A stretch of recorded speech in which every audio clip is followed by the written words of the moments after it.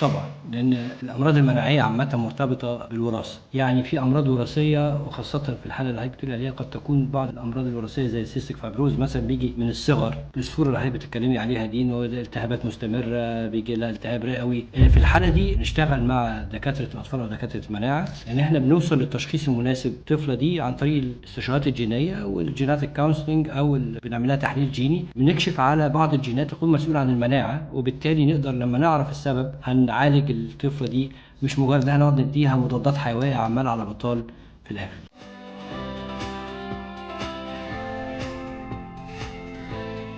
بعض الجينات مسؤولة عن حدوث تجلط في الدم، فتبصي تلاقي واحد صغير أو واحدة صغيرة وحصل له جلطات، أما بتكون متكررة أو حصلت في سن صغير مهم جدا ساعتها إن هو يشوف دكتور وراثة عشان يشوف إذا كان ده ليه أساس وراثي ولا لأ، وبنبتدي نكشف عن الجينات اللي قد تكون مسؤولة عشان بيبقى لها علاج مختلف وبعض الإجراءات البريكوشنز اللي بياخدها في حياته عشان يبقى ماشي بطريقة سليمة ما يحصلش تجلط ويؤدي إلى مشاكل كبيرة ما يقدرش تتحل بعد كده.